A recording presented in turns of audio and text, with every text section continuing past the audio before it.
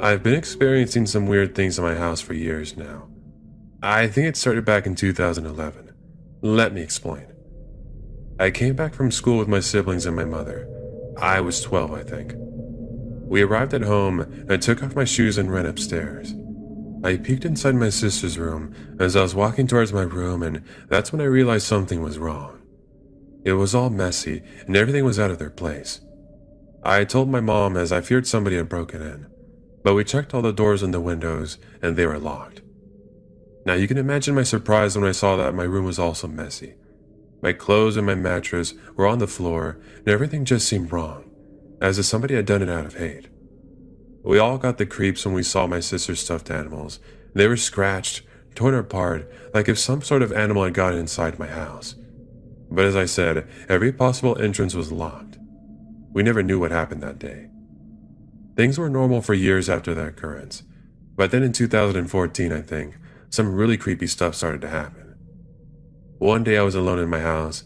It was a school day, but I had faked a stomach ache, so I stayed home. I have a TV in my room, so I just left my room to get some food or go to the bathroom. I was minding my own business watching something on Netflix, when suddenly I saw a human-shaped figure walking past my room. It was tall and thin. It took the shadow a few seconds to escape my eyesight, but it felt like an eternity. I went into my sister's room, and I think it was walking out of my mom's room. Now, as you can imagine, I was freaked out. I locked my door and tried to get my mind off of it, and told no one about this at first. This is where the story gets even more scarier. My room is very big, because I share it with my brother. And one night, my sister came to our room and asked if she could sleep in the small couch we have in our room. I didn't answer, as it was really late and I just wanted to go back to sleep. But my brother did, as they are very close. We all went to sleep, and the next day, she told us she was scared but didn't tell us why. That of course made me nervous, because my sister is really mature, and it was very rare to see her scared. We went on with our day, and when the night came, me and my brother heard my sister arguing with my mom. We went in and started to hear the conversation. My sister was crying and seemed very scared and mad. I remember she said that my mom was trying to creep her out, and she ran to her room. We asked my mom what was wrong with my sister, and she told us why my sister was so scared. She said as she was falling asleep, she felt as if somebody was sitting on her bed, and then she saw a shadow standing close to her bed. Obviously, I was creeped out. My mom had also told us she had seen this shadow walking by, but that she wasn't scared of it. My brother told me that one night he was trying to fall asleep after being on the phone for hours. I was already asleep by then, but he recalls hearing a faint whistling sound that immediately caught his attention. The whistling was coming from my bed. He said it was very clear and loud, and that's what freaked him out. So imagine that something was next to me whistling while I was asleep. I forget to mention that my doorbell would ring every day at 3. It all started when one day we were all eating in my kitchen and somebody rang our doorbell. One of us got to the door just to realize nobody was there. We didn't really care because we thought it was a kid pulling a prank on us.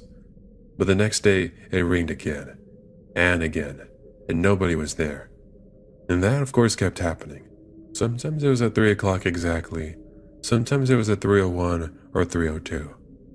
One day, my mom was outside my house, and at 3 o'clock, she was back from the store or something. When she was about to walk towards the door, she swore she saw as if somebody was pressing the doorbell button. And we disconnected our doorbell after that. Finally, one day I was alone in my room.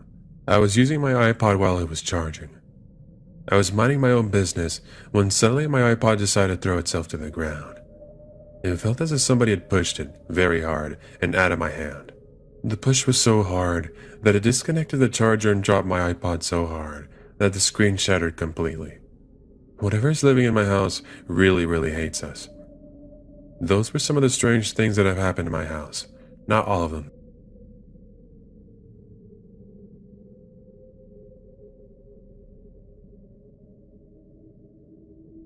This just happened about 2 hours ago, and I'm still shaking.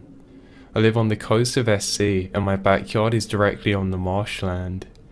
So I woke up and went downstairs to use the bathroom. I kept having this weird nagging feeling like I was forgetting something or that something was off, so I went to find my mother.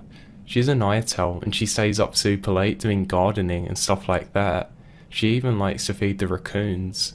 So I went to my backyard, and I then see her standing there about 100 feet from the back door facing the marshland. I called out for her, but she didn't hear me, so I just started walking out towards her. Once I started getting closer, she turned to face me with a completely blank expression. I asked her what was wrong. I was about 12 feet away from her, and she turned back towards the marshland again. Then, the back door swings open, and I turn to see my mother standing on the deck, and she's calling out to ask me what I'm doing. I've never ran so fast in my life, but as I looked back to the marsh, I could just see that thing disappearing, whatever it was. It looked just like my mum did. I yelled at my mum to go inside and that there was something out there. I told her exactly what I'd seen and I started shaking and crying. We woke up my husband and dad, and they think I must have just been in a sleep state or that I dreamed it, but I can't stop shaking. The craziest thing is that I could see footprints from where she was standing. I know I didn't just see this in my head. I know I'm not losing my mind.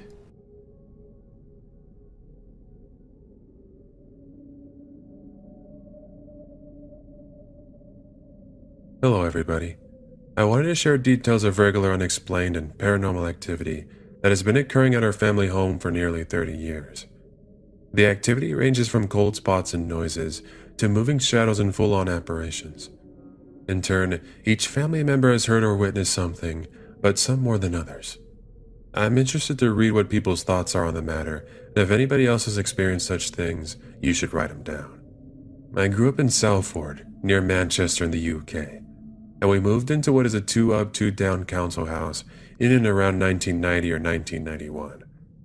During that period of time, it was myself, my parents, and my younger brother. I'm not sure when the activity first started precisely, but I'm aware that it is within a couple years of us moving in. My brother from an early age complained of being disturbed at night by an old man, and on several occasions would wake up and inform my grandmother, who would babysit of an evening whilst my parents were out. He would say that the man had told him to wake up for school. As far as I knew, this was chalked up to bad dreams, or a vivid imagination. However, the instances of my brother seeing this old man became more frequent and started to occur during the daytime. My mom recalls a particular day when my brother dashed downstairs, visibly upset, telling her that the man was following him and was walking down the stairs. She checked the staircase, but nobody was there. It was around this time that she had her initial encounter with the old man. When vacuuming the living room, she described seeing a pair of legs in pressed, pinstripe trousers and a knitted tank top on the torso. She says that from the bottom, the apparition was almost like a living person, which stood in the room, but then it started to fade towards the top of the body, with the head of course and the face barely visible.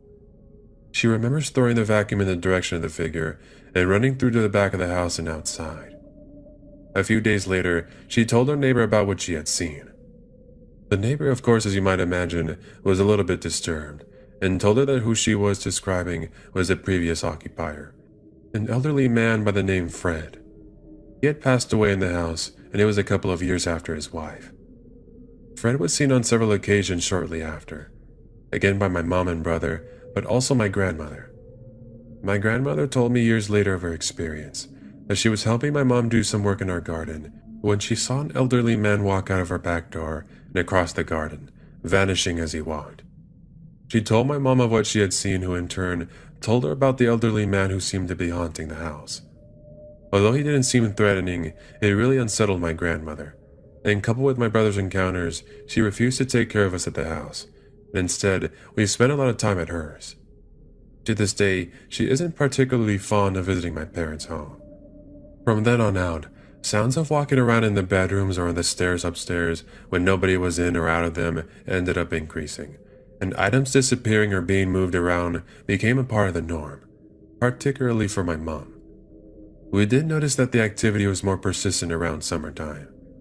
My mom was, and still is, the person who witnessed the most activity out of all of us.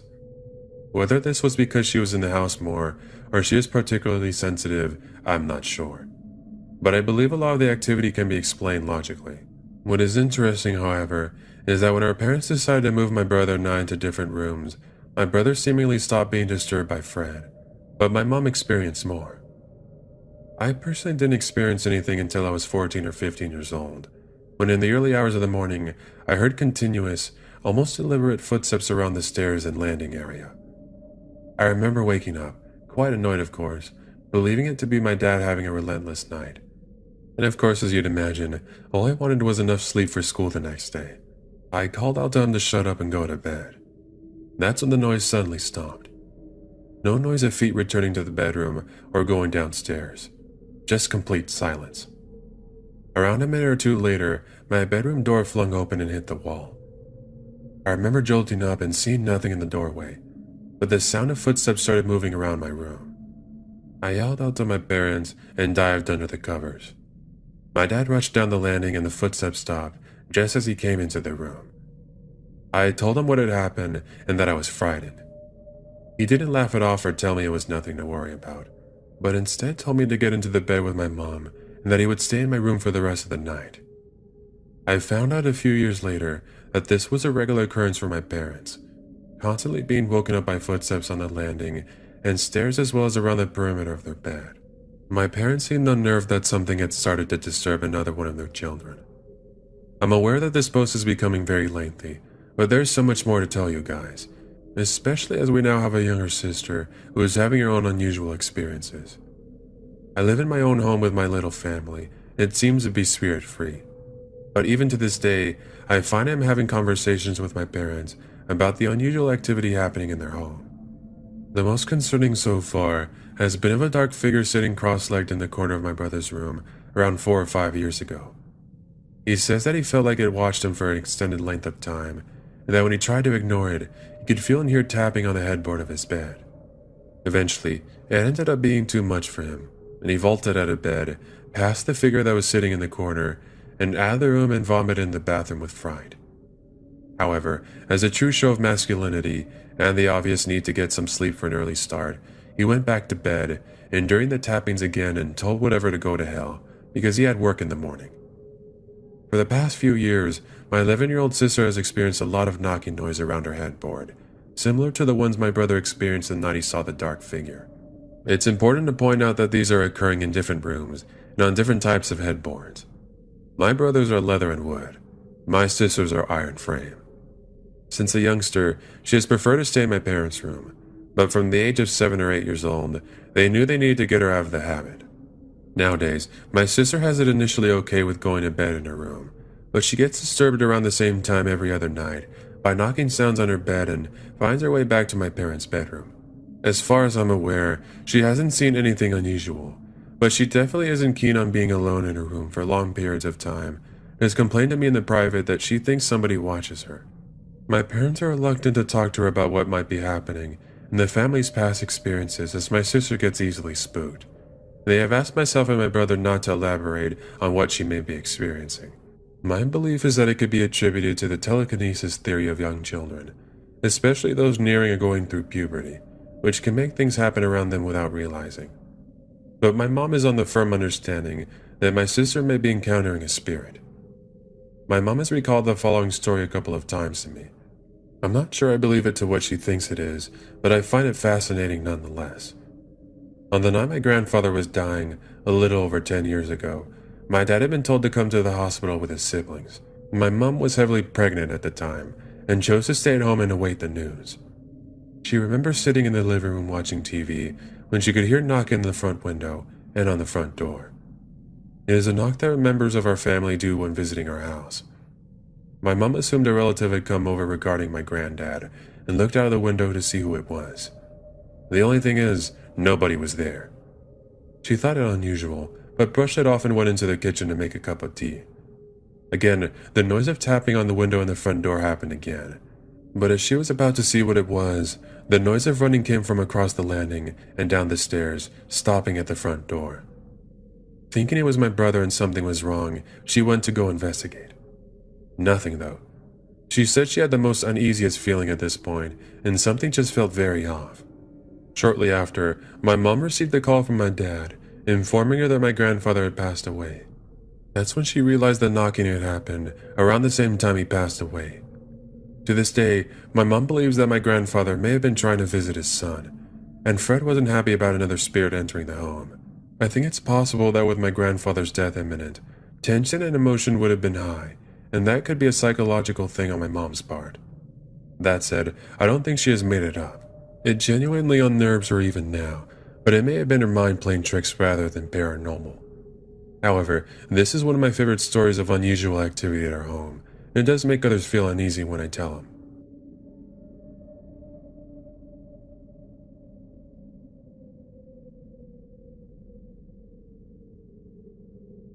I first heard this story when I was in college. I'd come home from winter break, and I remember it was just me and my dad in the house. I was watching some kind of ghost hunters program on TV, just for the laughs. I really don't believe any of that. Now when you watch your programs on TV like that, it's so obvious that they're fake. It's too hard for me to let them go into my head and believe them. I mean really, I just can't get into it. Now my dad was the same way, so I thought. He seemed interested in the paranormal, but only very slightly. He was the kind of guy who would often scoff at anything supernatural. The program I was watching flipped to a commercial, and I casually got up and found my dad in the kitchen. Out of the blue, I asked him, "Hey Dad, do you believe in ghosts?" "Yup." His reply actually shocked me. "Really?" I was a bit taken back. "Like, it just doesn't seem like you," I said to him.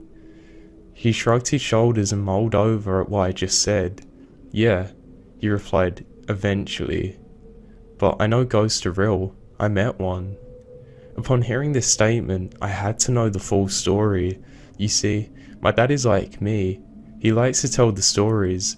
I could retell most of the stories from memory that he's told me, but just because he would tell me them so frequently, to anybody who would listen, here's my dad's story that I'd never actually heard, and it's an event that actually changed my dad's life.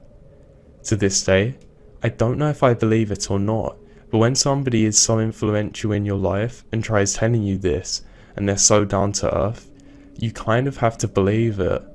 Now though he never brings it up when I talk to him about it, I swear it's completely true. There is no exaggeration, and I have no doubt in my mind about what happened. So here is the story in my dad's words. It was back in the house in Tacoma, where you grew up until you were about 4. My parents still lived in the house, but I was going to college. I was back visiting them for the weekend. I was just over at the Tacoma Community College, so it wasn't that far away. I came back often to visit and get a home-cooked meal. I remember that I was sitting down for dinner with my parents, just 3 of us. It was in late spring, early summer season, so it hadn't really gotten dark out yet. We were talking like normal, when the phone suddenly rang. It was in the kitchen. My mom got up and answered the phone, leaving my dad and me in the room together alone. After a short while, she called my dad into the kitchen as well. "Leo, can you come here for a moment?" I remembered she seemed worried, like her voice was shaken. My dad wiped his face, got up and joined my mum in the kitchen. They weren't in there for long, but they were quietly talking, and it felt strange. After a few moments they come out of the kitchen. They had their coats on now. "Something's up and we have to go out for a bit," my mum said. "There's dessert in the fridge, you just help yourself. Don't worry about the dishes. We'll do them when we get back." So my dad said nothing, but I could tell from the look on his face that it was serious. My mum looked genuinely worried. They were out of the door in a flash, and I left to finish my dinner at the table. I cleared the table and washed my plate, despite my mother's instructions. Then I went to the main room to read. I sat down on the sofa, opened one of my school books and began to relax. Hours went by, and my parents still hadn't come back yet, and it was around 11 o'clock. My parents still hadn't come back, so I went to get ready for bed. I walked up the stairs, making my way to the bathroom. I suddenly heard the strangest sound. I paused and listened for a while. It was the ceiling.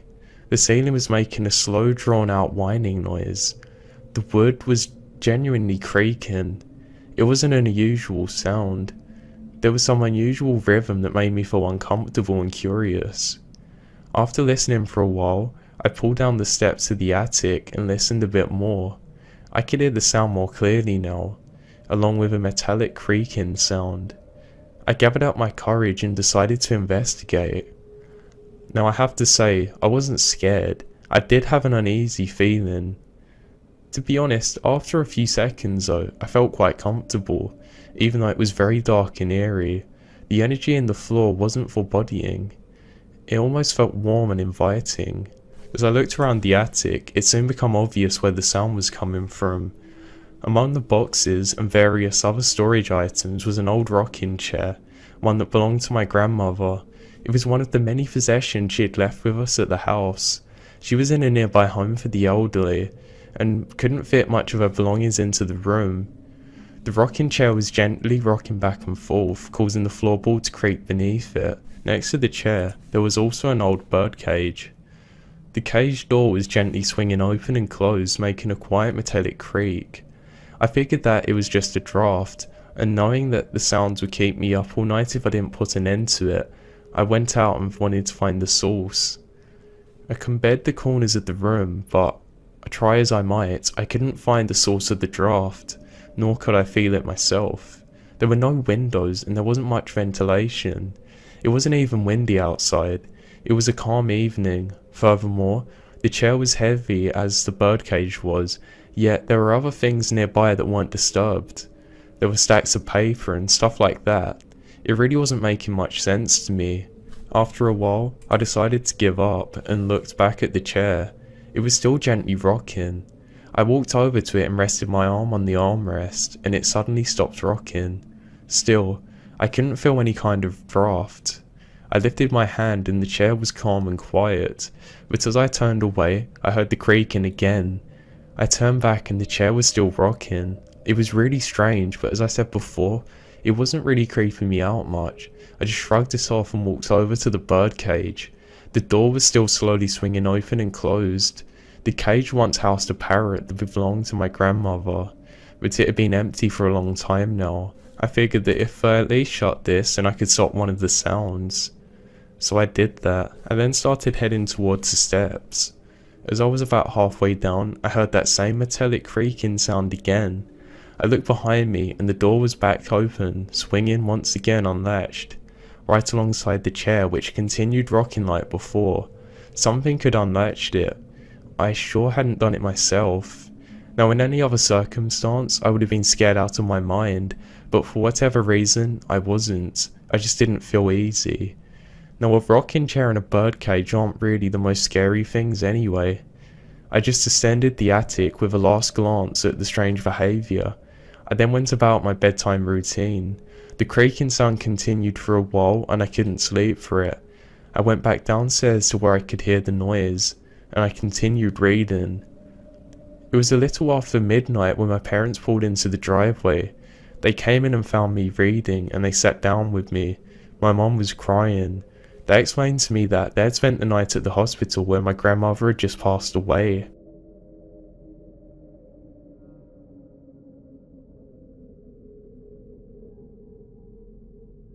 So a little bit of background story. I decided to ride my bike to and from work during the summer to save up a little more money to buy a nicer car. I was living in California's Central Valley, so it was hot during the day and warm at night, so not really a big deal. I rode my bike for roughly 3 months, 5 to 6 days a week, back and forth on the same path that led almost directly from my work and right to my house. One night we were getting out of work particularly late. I worked at a restaurant, and getting out at 1 in the morning on the weekends wasn't unheard of. My coworker who usually rode with me on days we worked together had gotten a ride from his girlfriend, so I was alone. Usually where I live, the summer nights are warm with a light breeze, and I actually love riding at night. There was no traffic, no families on bikes clogging both lanes, and all that kind of stuff. I pretty much always got back within 20 minutes of leaving, max 30 if I was really going slow. And this night was different though. From the get-go, as soon as I walked out the door, it was really cold, which is unheard of. So I decided to just ride fast and get home quick. It actually starts off pretty normal. I'm going over a bridge that goes over a freeway, and then it makes a weird turn. The street lamps behind me start to make a loud electrical noise, so I look back. It's as if something was approaching the lights behind me, and they start to flicker one by one. I'm a little spooked out at this point, but then I hear what sounds like another biker coming along the path behind me, and I feel relief that there's another person nearby me. Then the noise changes. It turns into a whistling, howling noise that rushes by me, actually flapping my shirt.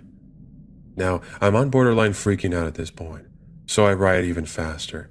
I keep hearing sounds like whispering behind me, and multiple times I feel like something would snag the back of my shirt, or even the pants on my leg. Keep in mind, this bike path looks nearly identical from start to finish. It's just a path of dead grass on both sides and walls with houses. Very easy to lose track of where you are. So I keep riding and riding faster, and my heart is going faster than ever before.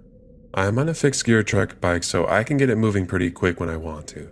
So I'm tearing down this path, and I never see a single sign of life the whole way down. No cars crossing at intersections, no people on back porches, just the path lights flickering behind me, and noises that sound almost human right behind me the whole time. I finally make it onto the road I turn on to get to my house. It's dead empty. There are 0 cars, and even in my semi-small town, this is unheard of. There's always cars stuck at a light or even at 7-Eleven on the corner, but there's no one anywhere. So I kept going, the light-sounding noises still behind me. I get right in front of my door and unlock it, and take my bike straight up through the door. I wasn't going to mess around and open the garage. I go up the stairs, and that's when the most terrifying part happened. I looked at the clock, and it said it was 3:12 a.m. Now, it had taken me almost 2 hours to get home, and I still have no idea how it took me so long. I have no resolution for the noises, or even the flickering lights or the complete absence of people. But needless to say, I never took that bike path again.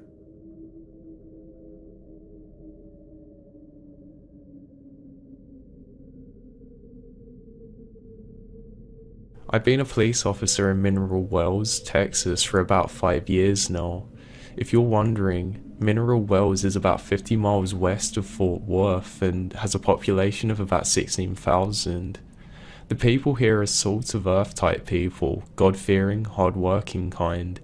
But something has always been a little off about them, almost like they're carrying a secret that nobody's supposed to know. Mineral Wells become a ghost town after about 7 PM. That's at all of the drive-in stops, and it's really eerie to be honest.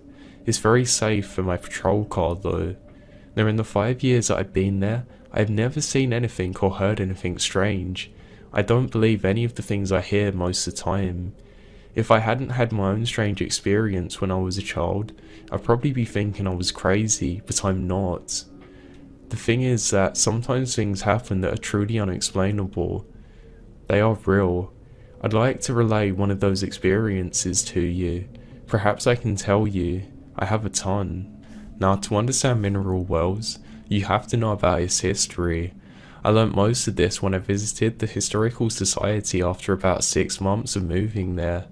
Apparently, it was founded in 1881 by a guy named J.A. Lynch. After Lynch dug up the first drinkable water, he claimed that there was something strange about the water though.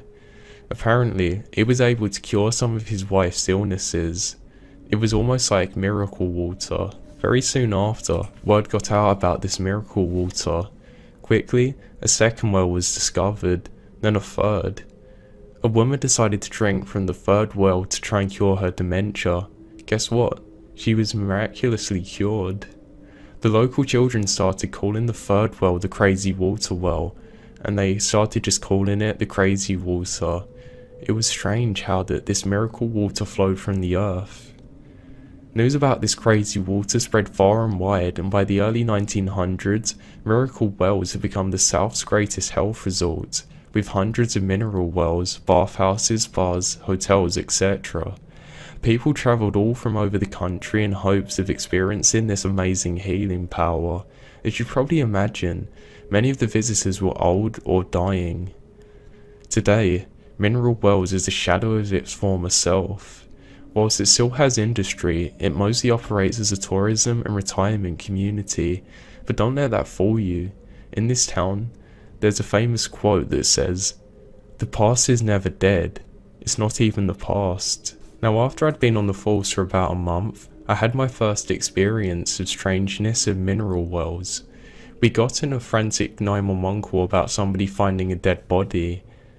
I still remember the address. It was at Baker Hotel. I was working nights there.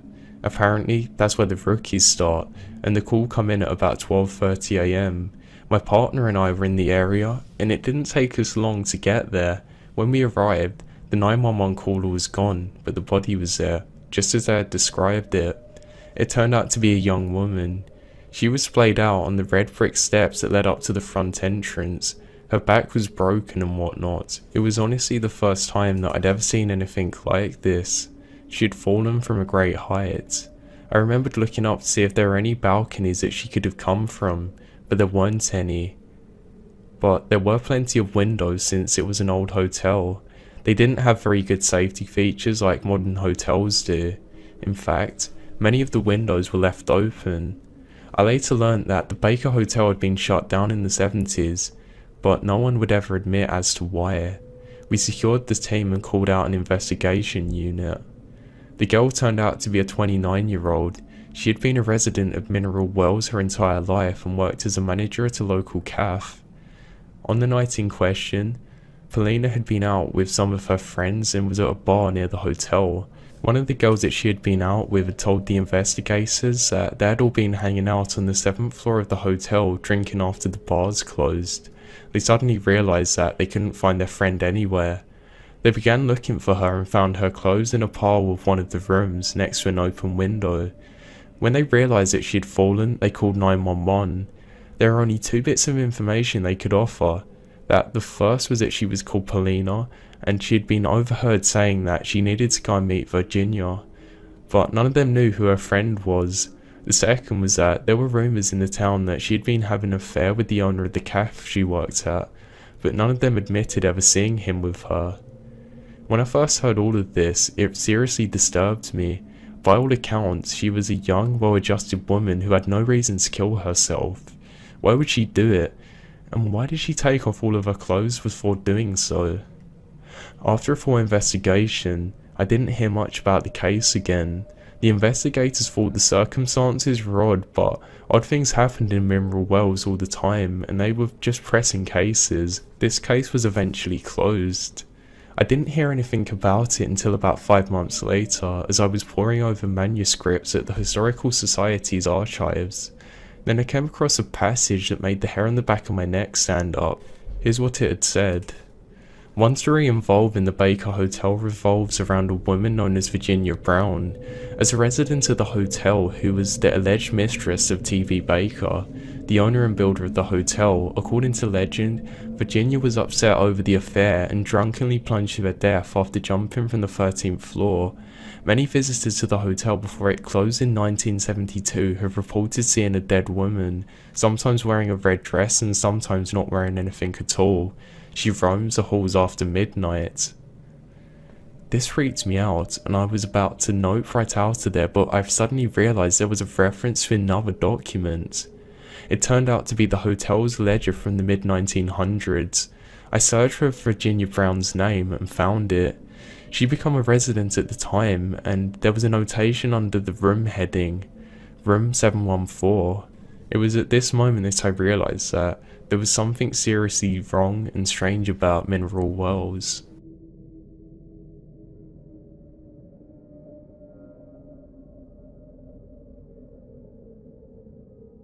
I've got a story that I rarely tell, because it always freaks me out. At the time I was 18, just graduated high school. I didn't go to college right away. I actually took a break and picked up a second job instead. For my second job, I worked a third shift, 10 p.m. to 5 a.m., with 4 other people on a rotated schedule. No more than 3 a night, sometimes 2. After a few months, I became friends with my coworkers.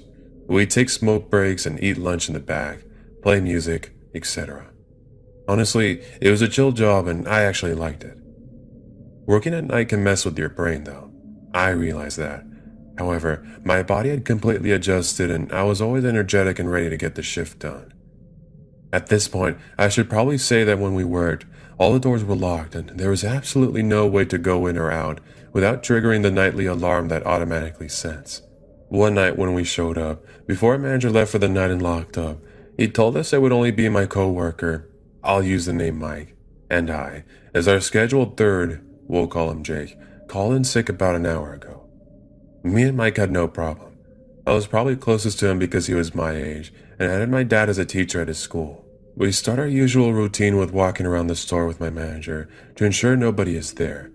Then we check the alarm and watch him lock the doors on his way out. We decided the first order of business was to smoke a cigarette in the back of the warehouse. The smoke detector was a good ways up, and we never had an issue with setting it off. Now, here's what gets wild, so stay with me. Me and Mike pulled the pallet stacked with boxes out from the warehouse and onto the main floor. I grabbed a dolly with some boxes of dried goods and headed to a different aisle so we could be ahead of schedule. We always typically split up for efficiency. About 15 minutes pass and I head back for more boxes. The pallet was in the central point in between us. Neither of us were in the same aisle as it. When I got there, I saw a bag of chips and dip opened on the pallet, with obvious dip marks in the dip. Now, we often ate food and left cash at the customer service desk. Our manager was okay with it. Mike met me at the pallet as I was loading up my second trip. I jokingly made fun of him for getting chips and dip because it seemed like an odd snack during work. He looked me dead in the eye, and I saw his face visibly change and say, "Oh man, that's yours." Apparently, my face did the same when I told him it wasn't. Obviously, Jake was there pulling a prank on us or something, and the manager went along with it, right? Well, no. At this point, we decide to be logical and check the store to catch whoever is doing this. We both have goosebumps the size of mosquito bites on our arms as we try to laugh it off, but something just felt off. Way off. It just seemed a little colder and we were both on edge. We sweep the warehouse in the back and the break room and we don't find anything. No dice. As we get to the front of the store, there's only one entrance to the store, and it's right near all the 12 registers we had. In the front, there's big metal racks where we sold charcoal for grilling, and also those big logs that burn really slow so people that can't survive on their own can escape the city and enjoy campfires. As we walk inside of it, we hear a whoosh and 3 logs flew off the shelf. Now I'm not gonna lie to you here. I screamed and Mike jumped. We were freaking out at this point, but I stopped and convinced him to walk to the shelf with me, about 15 feet away, so we could check and make sure the shelf was sturdy. With 2 adults, over 170 each, we couldn't budge it.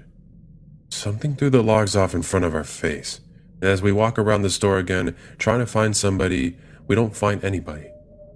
We decide the best thing to do was to continue to work and listen to loud music. We ended up working together the rest of the night. Now, here's the craziest part. We got done a little early, so at 4:50, 10 minutes before day shift came in to relieve us, we started goofing off on those electric scooters for the handicap that were parked in the front. It's critical that I tell you the front had big glass windows, so you could see both in and out from the parking lot. We kinda just didn't talk about what we saw after it happened. I went to sleep that day and woke up to a call from Jake. He sounded like he was having a panic attack. His mom, who worked there during the day, was one of the ones that came in at 5. She was older. Working there was more of a way to keep busy than out of necessity, I think. Jake told me on the phone that when I left, his mom started talking to him in the office, where we clocked in and out. She asked him, "Who is by the door in all black watching you guys on the scooter?" Needless to say, I couldn't sleep. Mike and I never worked alone after that. Later on, I found out that his family had a history of weird experiences like this. Whatever happened that night scared the hell out of me. It wasn't after me, but to this day, I still get spooked.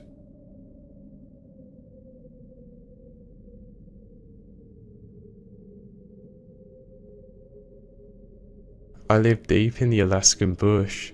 I grew up there. For those of you who don't know what the bush is, it's basically where the mountain men are. They're all extremely self-sufficient. Anyway, I was born and raised on my grandpa's homestead.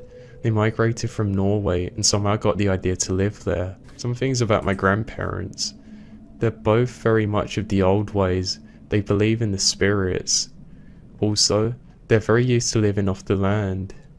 Now, when my grandparents moved to their homestead, they made friends with our closest neighbors who are a few hours away. They are a tribe of Native Americans who refer to themselves as the Dene. I think my grandparents got on well with them because they had similar beliefs.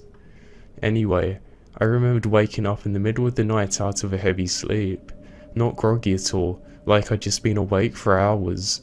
Normally I'd go back to bed, but for some reason I felt the need to get a drink of water.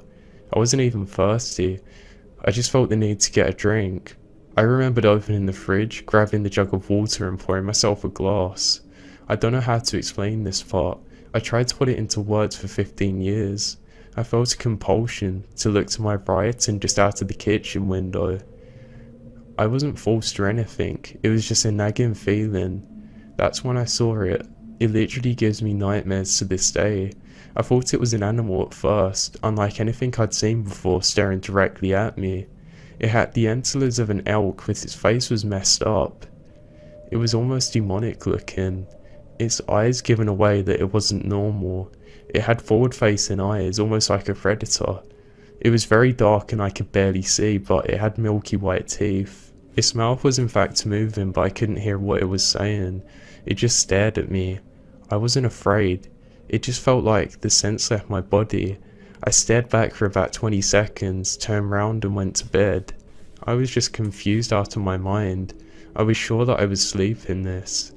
I knew it wasn't anybody messing with me because how far the house is away, or if they were, it was very strange. The next morning I heard my father cussing and yelling, telling my uncles to grab their rifles and hunting gear. We had this big insulated chicken coop that could pass as a barn anywhere else, that we chained off every night so wolves or bears wouldn't get in. Well, something smashed into that coop and killed all the chickens. It's never happened before and never since. I remembered that as all of this was going on, I saw some of the tribe men talking to my grandfather. No big deal. They stop by every once a week to check up basically. My dad is still shouting and annoyed. I think it was an animal that I saw last night. My dad starts asking me for the details when I explain what I saw, and my grandfather and the Native American men immediately stopped talking. They came over and asked me to be very specific. I was sure I was dreaming about it being 9 yards tall. They then started talking amongst themselves and to my grandfather for a bit and said they'd be back ASAP. When asking what the hell was going on, we were told that we were visited by a paranormal spirit and it was very dangerous, and out of respect that they would not talk into any more detail about what had happened. We were told never to talk about it, since speaking of it gives it power. None of us had this, but I had to get it off of my chest. I now live in the southwest US now, but to this day, I will not go into the forest alone or for extended periods of time. I was almost certain that what I saw was just in my sleep and not real, but thinking of it, who knows what could be out there in the wilderness like that, miles away from people and civilization.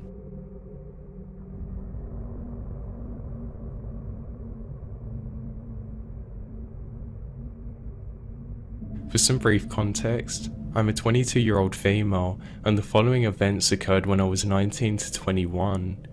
When I moved away for college, I started talking to the Catholic priest, Father Gabe, who ran the chapel and women's shelter behind my dorm building because something scary happened to me, and I really didn't know who else to talk to. Plus, he was literally like 100 feet from my bedroom window. Anyway, long story short, Father Gabe is the exorcist for the vast surrounding areas. He's also a demonologist and he was born and raised in Rome. He studied there.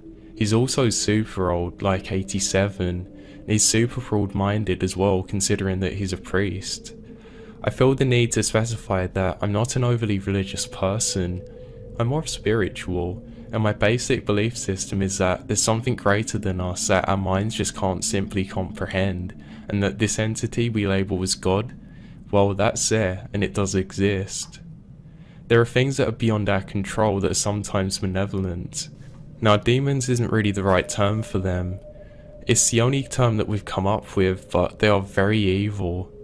So basically, I think that every religion in the world has a piece to the puzzle, but none of them paint the whole picture. Last, it's important to explain the reason I began working with Father Gabe on his cases. For the sake of space, I'm going to be very clear. I have a sixth sense and my connection to the other side has always been very strong ever since I was a small child. It runs in my family on both sides, so I guess you could say I was kind of physically born into this, for better or worse. I told Father Gabe about this, and after testing me numerous times, he asked me to help him with an extremely violent case. I agreed, and without much hesitation, that's where my story begins. The victim of this was a 7-year-old boy. For his own privacy, I'll just call him Danny. Danny's been acting very strange for the past few months. His parents had taken him to numerous doctors, psychologists, specialists, etc., but they were never able to diagnose anything wrong with him. His mum, Sarah, was a nurse and the family wasn't particularly religious, but Sarah's parents were convinced that they had to take Danny to the Baptist church and they needed to see the pastor. Though the pastor knew that something was horribly wrong with this kid, but he didn't have the necessary skills or knowledge to help him. That's when Father Gabe got called. Now the memories are kind of fuzzy. It's been a few years, so I really can't remember Danny's whole story, like when the weirdness started and how things escalated to the point that they did. But I do remember listening to an audio recording of Father Gabe's first interview with this kid, and there were multiple voices talking with some different languages. Just unnatural weird stuff. Anyway, I'll skip to the investigation proportion of this story, although a lot of crazy stuff happened then. It wasn't like the actual exorcisms. It's just weird. Now I'm going to go into detail with the most intense, terrifying parts and gloss over everything else. So the first exorcism attempt. Danny is strapped down to his bed with hospital restraints and hooked up to an IV because he stopped eating and drinking. Sarah, being a nurse, was able to get these things fairly easily, so I went there thinking, oh that's alright, we won't have to hold him down like in those crazy movies. But I was so very wrong. Real quick, the way a Catholic priest's exorcism goes is sort of like a mass. Basically, there's a part where the priest says that they're gonna do a part called the Congregation. It's mostly just echoing whatever the priest says, and Father Gabe performed his in Latin. It can be done in English though. So Father Gabe starts reading from his Roman rites book, and the younger assistant priest, Randall, as well as myself, were all reading along with him. Not even a page in, the kid starts struggling violently against his restraints, and when he realizes that his wrists and ankles are strapped down, his spine bends backwards to the most unnatural arch that I've ever seen before. His face was almost against his stomach. He bites the IV connected to his arm and tries to rip through it with his teeth. I'm not lying, blood splattered everywhere and was spraying from the bottle like in a horror movie.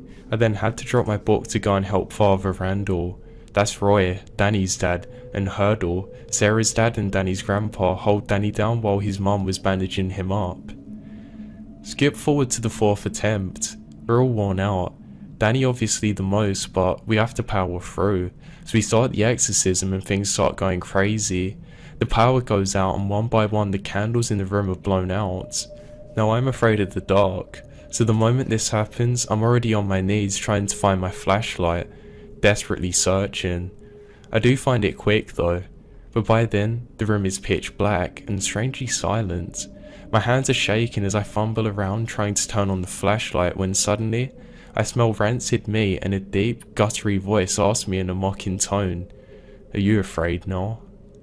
Directly into my ear from just over my shoulder. This made me instantly leap up and let out a really loud scream. I was terrified, dropping the flashlight to the ground in the process. When it hits the ground, it turns on and the beam of light darts around the room, bouncing off everything, briefly illuminating Danny. He's now standing in the center of the bed staring directly at me. He has the most disturbing smile that I've ever seen. This instantly made me fall down to my knees, and I start blindly feeling around for my flashlight that I can no longer see since it went out as soon as it flicked on. I find it soon though and flick it on to see that Danny's no longer standing on the bed like he was less than a second ago. I shine the light around and much to everyone's shock and horror, we find him crammed into the 1.5 foot wide gap between the top of his bookshelf and the ceiling. His body is contorted and he's crying, confused as to why he's up there, and obviously he's in a lot of pain. All the men help to get him down, and just like that, the power come back on. Now skip ahead again to the 7th attempt. I'm not even sure if this kid is going to survive this alone, and he's just getting more and more terrified, and it's leaving me emotionally rattled. We're halfway through the exorcism. I see that the main entity that's been inhibiting Danny's body suddenly appears. It's squatting on top of Danny's chest, staring down at him, laughing. Its skin is inky black, so that way it absorbs all of the light that hits it instead of reflecting it. Everything about its body is long and thin. The fingers are long as well, coming to sharp points at the end.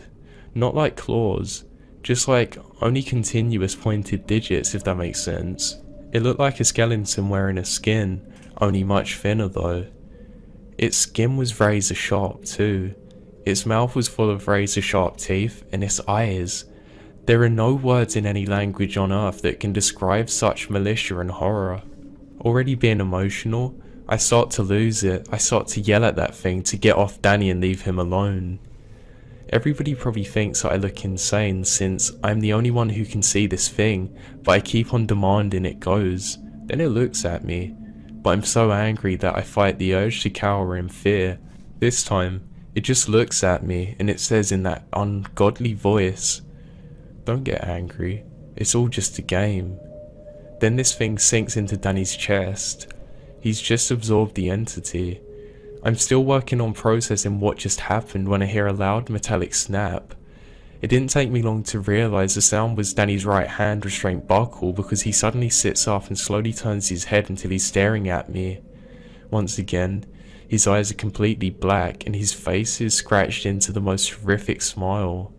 There's a tense moment of silence before Danny's mouth opens. In his own voice he says, "Do you want to play a game?" Now before I even get the chance to answer, both the power and candles are extinguished. I feel a gust of wind blow past me and listen as the other members of the party are slammed into the walls and shelves behind us. I'm freaking out by now. I reach for my tiny flashlight that I clipped to my belt loop to avoid being caught without it, and then I realise it was no longer there. How's that even possible? My mind goes into absolute panic as I hear the sound of a metal cap unscrewing and two thunks on the hardwood next to Danny's bed. Flashlights are against the rules, I hear Danny say with a giggle. I'm obviously borderline terrified as I squeak out to Father Gabe, "What are we gonna do?" All I hear is him groan out in pain, and suddenly Danny shouts out, "They aren't allowed to play." I'm almost crying now and I ask, "What do you want?"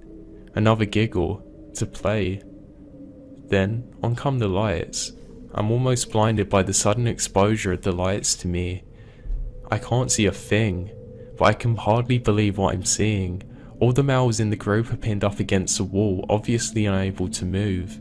Sarah and I are just staring at each other with the same scared expression.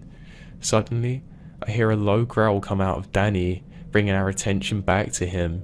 He just isn't smiling anymore. He looks downright evil. He says, "I thought I said lights were against the rules." He snarls, his voice reverting back to the deep growl one.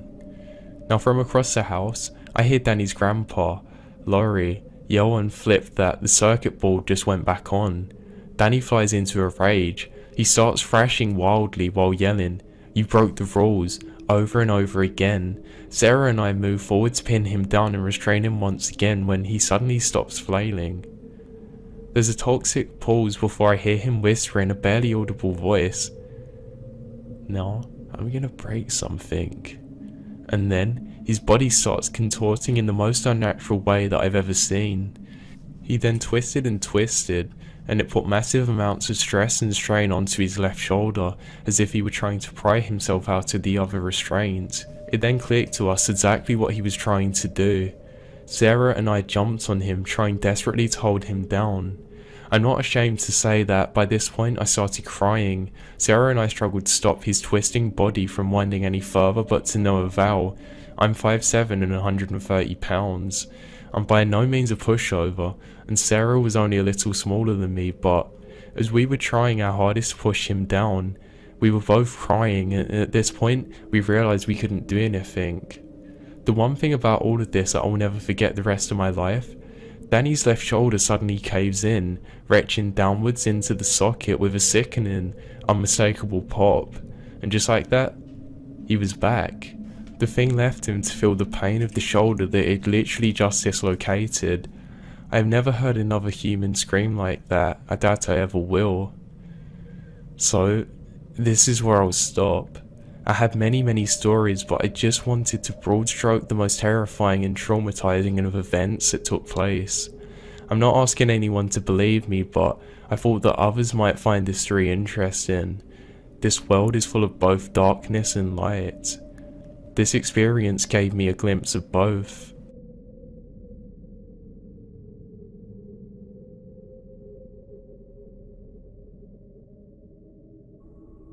A year ago, me and my husband bought an old house in the northern part of our country. It is an old farmhouse with the previous residents completely redoing it. There is a large piece of land which was used as an agricultural spot for animals and fruit trees. This plot is more and more transformed into a garden by former residents. A part of the garden is a vegetable garden. I love this garden so much. I lived in the city and had no real talent for plants, but last year I learned a lot about growing vegetables, flowers, and herbs. I love to grow my own vegetables. They taste so much better. In front of our house is a road. One side is toward the center of the village and the other to the next village. The road leads through a piece of nature. It is a big old house with a large garden. It has a lot of windows, sunlight, and warm feel to it. I feel really good, peaceful, and comfortable in our new home. It is big because the former stables are drawn into the house. Our bedroom is the upper part of the old stable. There are windows, and the view is great. My husband and I were in love with the house, and I still love it. My husband not so much. He feels watched in the garden, especially at night, and during the day he gets a strange feeling in the garden. In the evening, and sometimes in the daytime, he pulls the curtains closed in the rooms with the windows to the garden. In summer, he does not like to sit in the garden. The terrace in front of our house is okay, but not the second terrace. In the other part of the garden, this is unfortunate, because the terrace has a fireplace. He will go, but he cannot relax. I teased him often and said that he acted like a little child. I feel wonderful in the garden, and I have no problems with it. I never really believed him until we got a new job. This new job asked him that he must travel sometimes and stay in hotels. These nights when I am alone, I always wake up because of the sound of snoring. I open my eyes and there's a creature laying next to me, asleep, snoring. Sometimes with his back to me, sometimes on the back, and sometimes on his stomach. Once he woke up, smiled at me sleepily, and went to sleep. He does not cause me any harm, except wake me up in the morning. He has green skin, black lips, and large pointed ears, and long black hair. Sometimes it is bound and sometimes it is braided, and sometimes stuck together with many golden clips. His hands are like an animal. He dressed in a white shirt and black pants, and his posture was average. The one time he woke up, I saw all black eyes with no whites, and he smiled yellow sharp teeth. I can see this because I always sleep with the lights on when I'm alone. I never like the dark. Normally I fall asleep again because I'm very tired. I feel spooky but no fear. I do not want to tell my husband because I don't want to frighten him, and I'm sure that he will sell the house. I want to know for sure that it's not a dream, but if I tell him, I'm not sure what he'll do. I hope he can help me. I don't want to lose my house.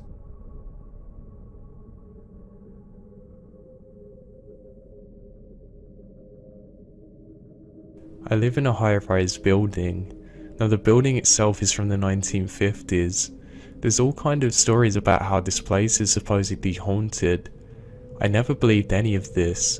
Well, that is until last night. I was having the worst dream ever. I mean, it was horrible. I dreamt that I was asleep in my very apartment. I woke up and there was a face staring at me through the window. As I went to speak to it, it literally come through the window and started attacking me. Just a second before it actually got to me, I woke up. I was drenched in sweat. Now, all of the lights were off in the apartment. Now that didn't make any sense. I would never do that normally. I always make sure I leave at least one on so I can see where I'm going when I wake up. Out of curiosity, I went to look at that window. You know, just how you do sometimes after a dream. Going to check out the stuff you dreamt about. That was when I had the most terrifying experience of my life. As I went towards that window, I could see that there were two blobs on the window. I thought that they were just hand marks that I had left there from looking out of it earlier. I went to wipe them off, but nothing. I then got some spray and tried still to wipe them off. That's when I realised that the handprints, they're on the outside of the window, and them hands were way too big to have been mine. Also, did I mention that I'm 50 stories up?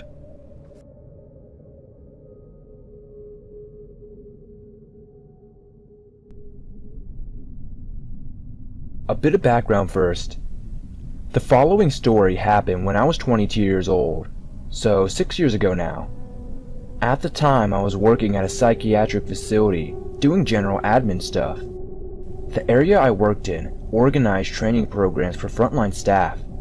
It was my first job out of university, and I was hired because I had a mental health related qualification, but the job itself had pretty much nothing to do with that. It was really boring stuff. Lots of copying, filing, and spreadsheeting, etc. I was the youngest person in the office by quite a bit. I think the next youngest was early 30s at the time, and most people were 40 plus. I got along well enough with everyone, but I didn't really have work friends, if that makes any sense. We had flexible working hours, which basically meant that you could come in any time between 6:30 a.m. and 9:30 a.m. and leave after you'd done your 8 hours or whatever. I was young and quite the night owl, so I usually rocked up at 9:30 a.m. and left at around 5:30 p.m.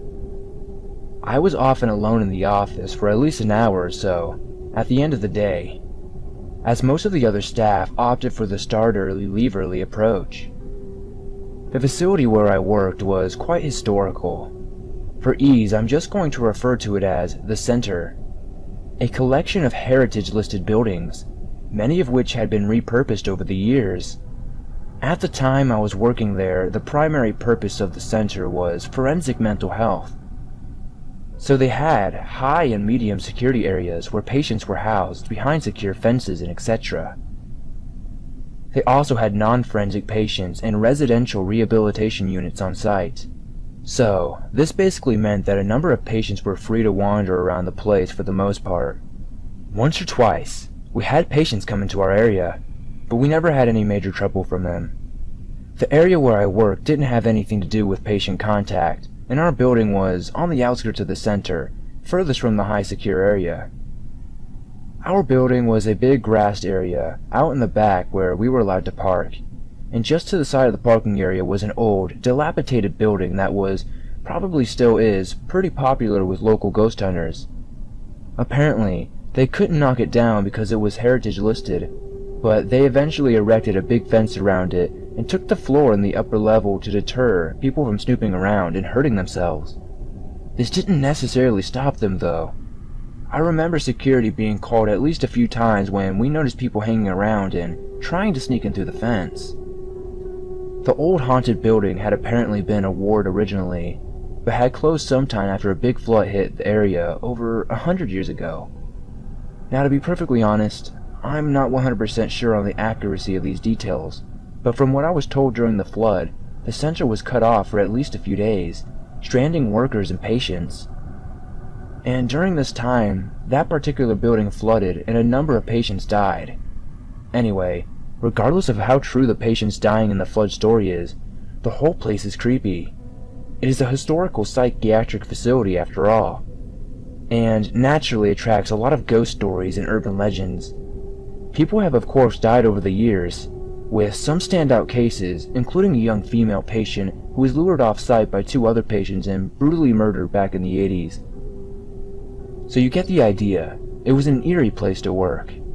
Our building, like most of the buildings in the center, was heritage listed, and I was told it was originally been a ward for male patients, which they'd repurposed into an office setup. It was divided into 4 wings. The managers had individual offices in one wing, which had apparently originally been solitary confinement rooms. There was an office space next to the manager's wing, which was used occasionally by another service, but they weren't there much, so it was usually locked. Next to that was a main admin wing, where I was working from the time. and finally, the main office wing, where the rest of the non-admin staff worked. Now, to travel between these wings, you had to walk outside, as none of them were connected internally anymore. There were old glass doors connecting the couple of areas, but these had been painted over and repurposed as wall space. As you can imagine, staff weren't immune to the eerie vibe and haunted history of the center, and most everyone who worked there had a strange story, or a few, of strange occurrences and ghostly happenings. I've always had an interest in all things spooky, but in my advanced post-university years, I'd adopted a mildly Scully-esque skepticism toward the paranormal. My interest was still keen, but I was no blind believer. The stories were fun, but after working there for over 6 months, often alone early hours of the evening, I'd never experienced anything, especially ghostly. So, with all of that information in mind, I'll get to my story. On the evening in question, I was the last person left in the office, with everyone else having left by around 5 p.m. It was winter, so it was getting dark fairly early. By 5:30 p.m., it was pretty gloomy.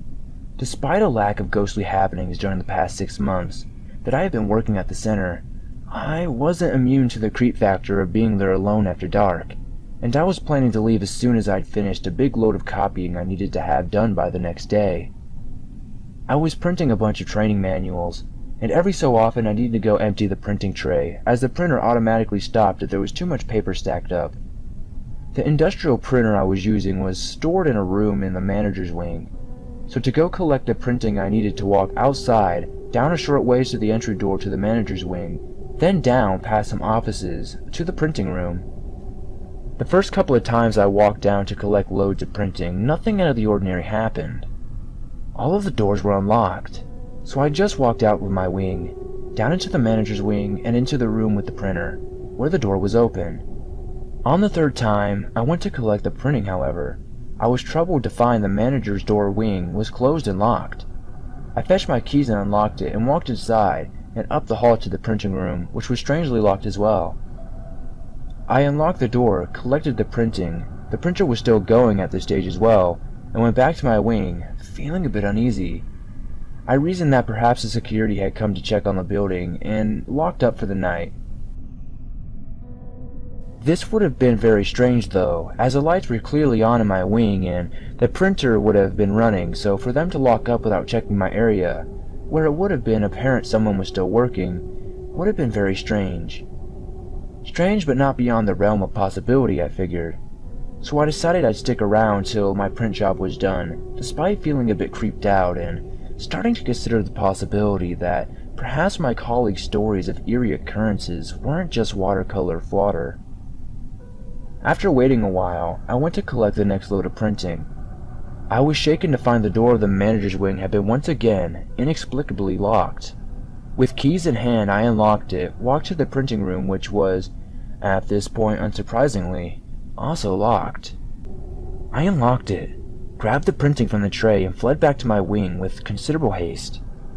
Leaving both doors wide and open behind me, back in the comparative comfort of my work area, I once again considered the possible explanations for what was going on.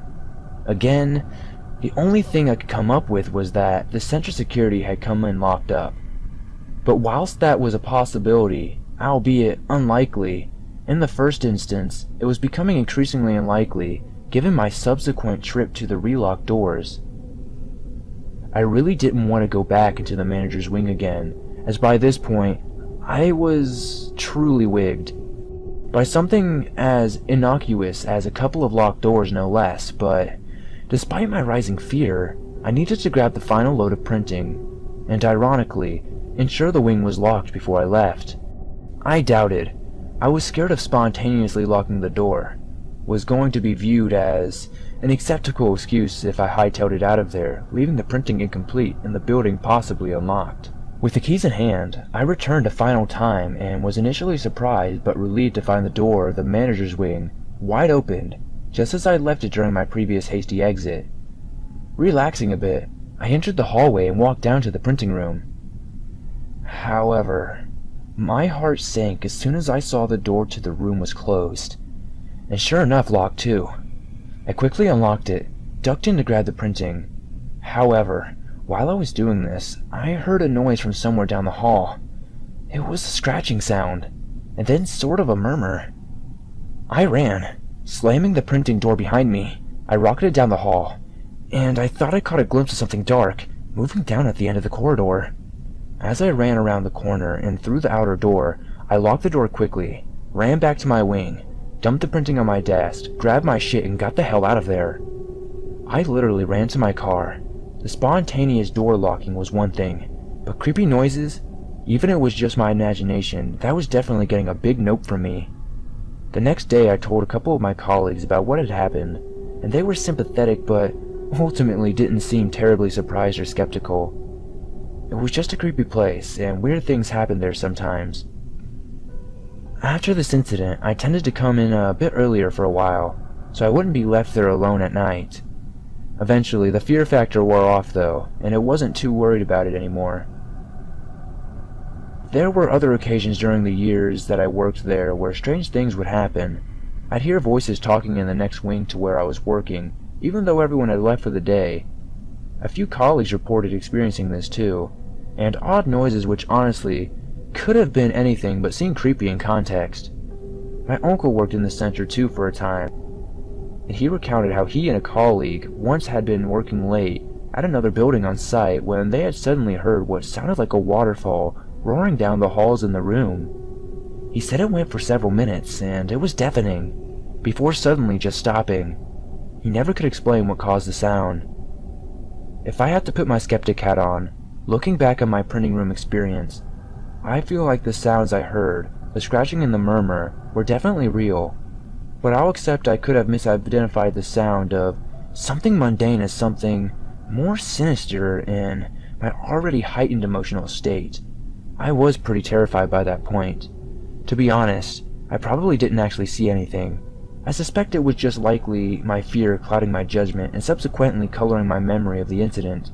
The locked doors, however, 100% legitimate and fairly inexplicable in my opinion. As I said, it was a pretty creepy place. I almost missed working there.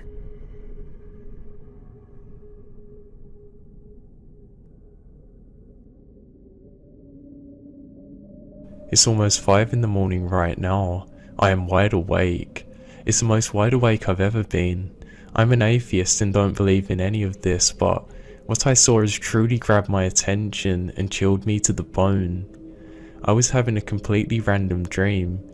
I then woke up, staring at my sliding closet door. The moment I woke up, the closet door slid open, as quietly and smoothly as it possibly could. I jumped out of bed and yelled, "Hey!" turned the lights on. Nothing. I turned on the lights throughout my apartment. My doors are locked. Everything is normal. I then looked in the closet and there was nothing. I slid the doors open to see if it was a gust of wind, but nothing of the sort was there. It actually made some creaking sounds when I opened it and closed it. How on earth could it have possibly slid open the way it did without making any sound? The other thing that doesn't make sense is my bedroom's at a slight angle. It was literally defying gravity to open the way it did.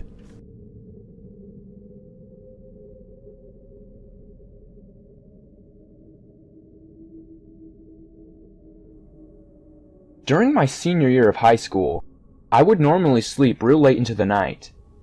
Since my room was on the second floor, it provided me with the privacy I needed, without anyone disturbing my conversations. I was a teenager who enjoyed talking on the phone with friends, and calling from bed was the perfect time to gossip. My younger brother at the time slept upstairs as well, but he slept in the room next to mine. On one particular weekend night, which has haunted me to this day, I was in bed talking on the phone with a friend. Everyone in the household was sleeping since it was late into the night. There was enough moonlight coming into my room that I could make out the outlines of the objects that were in my room. My bed at the time was in the corner of one of the walls, while the door was at the right of my bed. I was resting my eyes for a while during my phone conversation when I had an uneasy feeling. When I opened my eyes, I saw a shadow standing next to my bed. Even with the moonlight, the shadow was dark, and I could not make out any features. I just stood there, while I felt my body freeze in horror. my gut told me that this was a malevolent entity. After staring at this figure for what seemed like an eternity, the entity shifted into a shape. I saw it transform a two-legged shadow to a four-legged creature with a tail.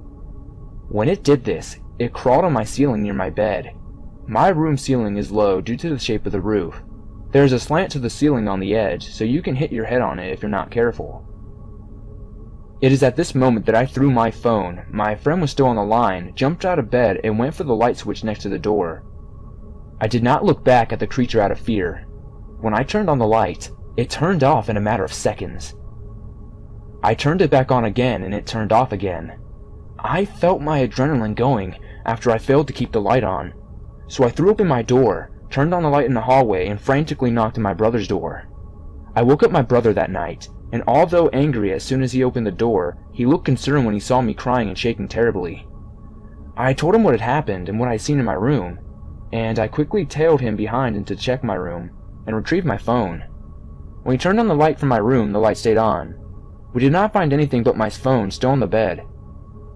Apparently my friend had tried to call me several times after that, but I cut our conversation short due to what I had seen. My brother believed me, probably from the way I was acting and looking, and he wanted to tell my parents, then and there. It was pretty late in the night and I didn't want to wake them. I also knew they were not going to believe me because they are hardcore skeptics. I realized that they were just going to dismiss it as a dream, and I told my brother not to say anything, and I ended up staying in my brother's room that night.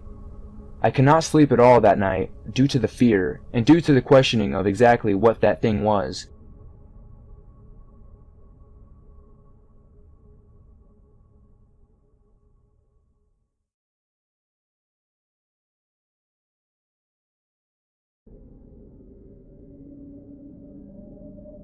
Hello everyone, this is a story from my grandmother from when she was younger in the late 60s. She and her friends decided to use an Ouija board to try and talk with spirits. They're all non-believers. So they got ready and all three of them put their hands on the move-in thing. They then asked, "Who's there?" And the piece then started moving. Then my grandmother said that she let go and told her friend, "Hey, stop moving it, it's so obvious." And her friend said, "I'm not moving it, you are." And they tried again. This time, they asked it, "Who's there?"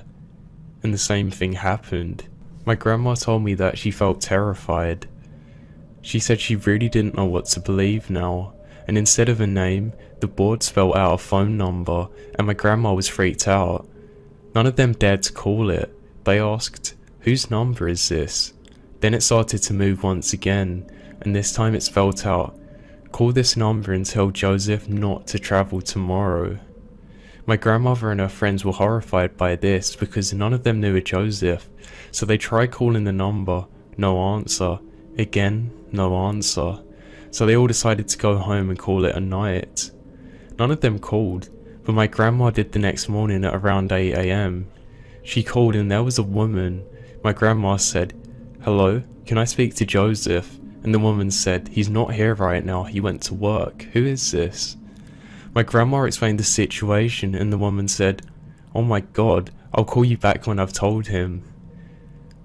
The next day, the woman called up again and was crying. Her husband Joseph died on the way to his work in a car accident that sent him plummeting off a bridge into a river. My grandmother was deeply saddened by hearing this. She vowed never to use an Ouija board again.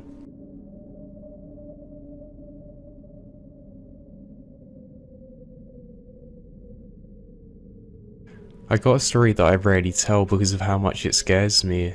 At the time, I was 18, just graduated high school. I didn't go college right away. I took a break and picked up a second job instead. For my second job, I worked third shift, that's 10 PM to 5 AM, with 4 other people on a rotated schedule.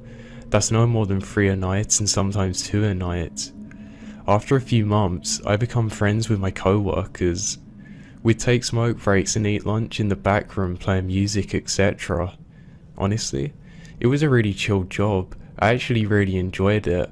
Working at night can mess up your brain, I realised that.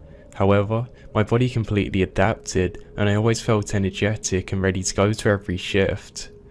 At this point, I should probably say that when we worked, all the doors were locked and there's absolutely no way to get in or out without triggering the nightly alarm.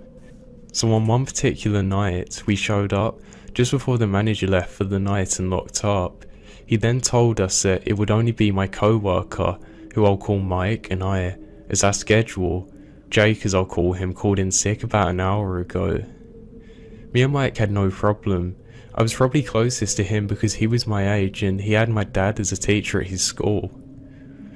We start our usual routine with walking around the store with my manager to ensure nobody else is there. We have to then go and check every single door and watch him alarm the doors on his way out. We decided the first order of business was to smoke a cigarette in the back of the warehouse. We never had a problem with accidentally setting it off because it was so high up. Here's where things get wild. Now stay with me. Me and Mike pulled a pallet stacked with boxes out from the warehouse and onto the main floor. I grabbed a dolly with some boxes of dried goods and headed to a different aisle so we could be ahead of schedule. We always typically split up for efficiency. About 15 minutes pass and I head back to take more boxes. The pallet was in a central point in between us. Neither of us were in the same aisle as it was. When I got there, I saw a bag of chips and dip opened up on the pallet with obvious dip marks. We would often eat from this and just leave cash at the front of the cashier so that way they could go and sort this out in the morning. Our manager was fine with it. Mike met me at the pallet and I was loading up on my second trip. I then started making fun of Mike for grabbing them because it just seemed like a really weird thing to grab. He then looked into my eyes with this deadly serious look. His face had now changed. No, that's yours. Apparently my face did the same when I told him that it wasn't mine either. Obviously Jake was pulling a prank on us or something and the manager went along with it, right? No. At this point, we both decided to be logical and check the store to catch whoever was doing this. We both have goosebumps the size of mosquito bites on our arm and we just try and laugh it off. But obviously something was wrong. Way wrong. It just seemed a little colder and we both were on edge. We sweep the warehouse in the back and the break room, etc. No dice. We're now getting closer to the front of the store. There's only one entrance to the store. It's right near all the 12 registers we had. Now in the front, there's this big metal rack. That's where we sold the charcoal for the grills and also those big logs that burn really slowly. As we walk inside of it, we hear a loud sound and 3 logs suddenly fly off the shelf. I'm not gonna lie, I screamed and it made Mike jump. We're freaking out at this point, but I stopped and convinced him to walk to the shelf with me so that way we could check it out. With 2 adults, each over 170 pounds, we realised that we couldn't even budget. Someone or something obviously threw it off with great force in front of our faces. We walk around the store again trying to figure out who or what was causing this, any excuse to blame this on, and we find nothing. We then decide the best thing to do is continue work and listen to loud music. We work together for the rest of the night. Here's the craziest part. We get in done a little early, so at 4:50, about 10 minutes earlier than we should have, and we started goofing off on those electric scooters for the handicapped people that are in front. It's critical I tell you this next part. The front had big glass windows, so that way you can see both in and out from the parking lot. We kinda just didn't talk about what we saw after it happened. I went to sleep that day and woke up to a call from Jake. He was practically having a panic attack. His mum, who worked there during the day, was one of the ones who come in at 5. She was older. Jake told me that just as we clocked out, he started talking to her and she said, "Who was that by the door?" It kind of looked like a person, but it was more like a black mist, just in front of you guys on the scooter.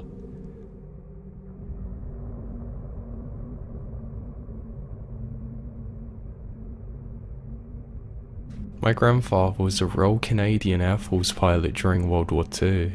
His plane was brought down a number of times during the war. One of those times he experienced something he could never explain. His plane was shot down in Germany. It was a hazy evening and hard to see a whole lot. There was a group earlier that had been bombing the area. He and another plane went down in the forest. The other pilot did not survive. My grandfather was trying to find somewhere that he could hide out while the German planes were still in the air. He then heard somebody crying. He understood that most casualties of war were innocent civilians, so he was trying to find out who was crying to see if he could help them. It was getting very dark out when he found a little girl with cuts on her face and covered in dirt and ash. He didn't speak German very well, but he knew enough to figure out what she was saying.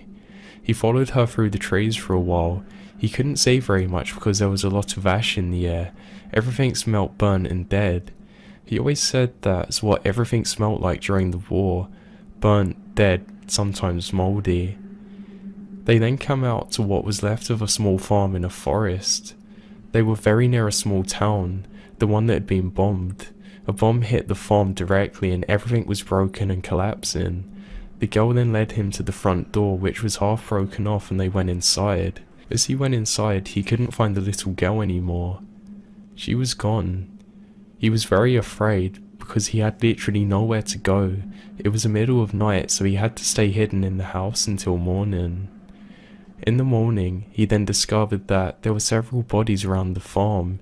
There was a man, a woman, and 3 young girls. One of the girls looked exactly like the one who'd led him into the house. She had been crushed by a piece of wall. He buried the bodies and then went back to his plane to see if he could radio for help.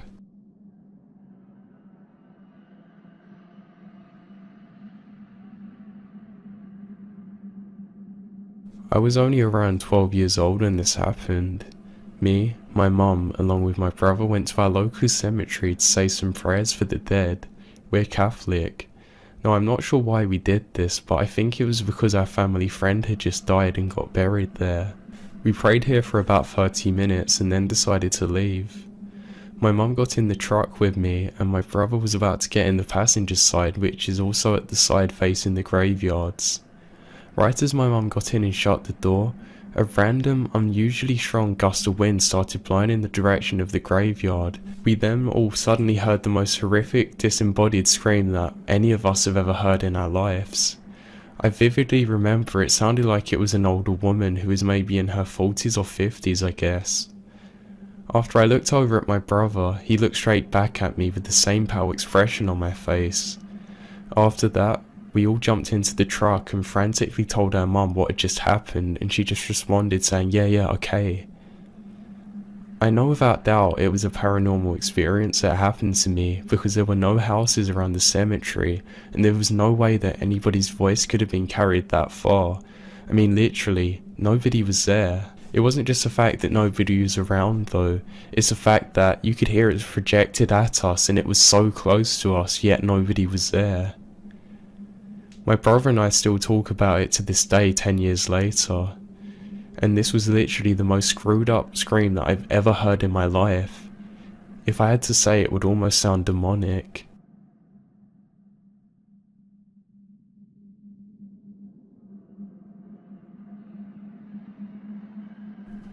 This is a true story that happened to my father about 13 years ago.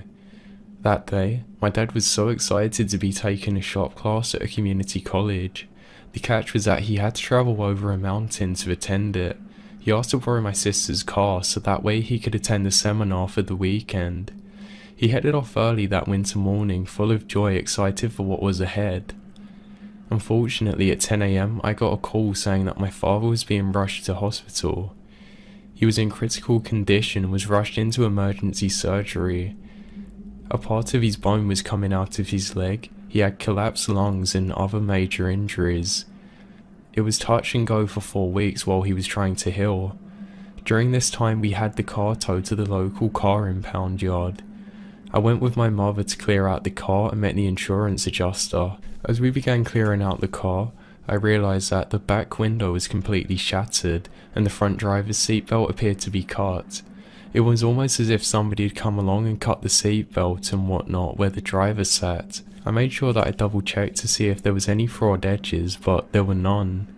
I knew my sister at that time never kept a seatbelt cutter, and I couldn't find any scissors in the car. Now the hospital told us that the emergency crew had found my father laying in the snow, which had sent him into hypothermia, and this had probably saved his life from internal bleeding. It appeared that my father had a stroke. He either had the stroke which caused him to go off the cliff or he'd fallen asleep at the wheel because of it. They say if he had not flown out of the back window, his injuries could have been twice as bad and he would probably be dead on impact. We got a copy of the police report of the incident. The report states that a man had flagged down a passing car for help. The driver in the vehicle saw the man and saw the tyres tracks going over the edge of the cliff. He decided to stop and see what was wrong and see if he could assist the man with anything. He followed this man and looked down the cliff and found my father laying in a pool of blood. The car had been rolled and stopped by a boulder 250 feet down. If it hadn't stopped him, he would have went another 250 feet down into the river. Now my father had flown out of the back window during the accident and landed in the snow. The man who had been flagged down offered to stay to help my dad, while the other guy ran down to get the mountain rescue team for help. When the emergency crew got there, he was still staying with my father and showed them where my father was. They immediately attended my father. Then, thinking the man was a part of the accident, they went to find him to treat him as well, but he was nowhere to be found. They looked all around and said the only footprints they could see were the ones of the emergency personnel that they made down the cliffside. They all gave a description of the man that was staying with my father in the report. The description was very odd to me. Months later, my father was finally able to come home into home care. I decided to ask my father if he remembered the accident. He said that he remembers most of it, but not the hospital. I asked him if he had cut the seatbelt with whatever he had around him. He said that he never cut the seatbelt but had flown out of the window during the accident. He said he tried to call for help but had no service. My father then told me that he also said his best friend, and who was also his uncle, was with him through the entire accident, from just before he went off the cliff until he saw emergency personnel. He sat with him, comforting him as he went in and out of consciousness. The description on the police report also matches my great uncle's description. I remember growing up spending many days at his family house during the summers. My father and uncle were very close. Farrell unfortunately passed away a year earlier from the time of my father's accident of brain cancer. My father was devastated when it happened. Now, not only did seeing his old friend at the accident help him survive, but it also helped my father get over the loss of his best friend.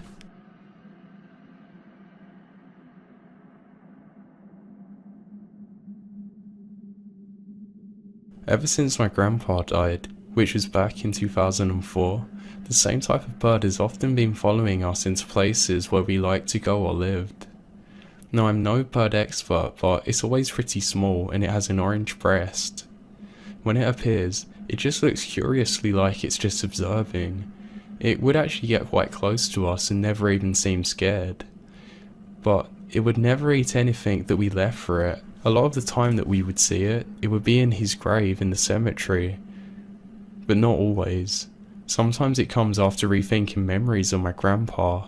I mean, like even yesterday, me, my mum and grandma were walking through the forest and picking up some berries and mushrooms like we normally do. Suddenly, this bird was next to us.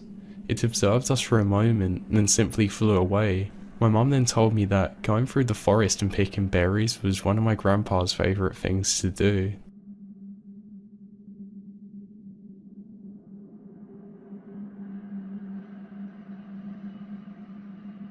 I used to live in a house that backs up to a big open space where there are lots of hiking trails.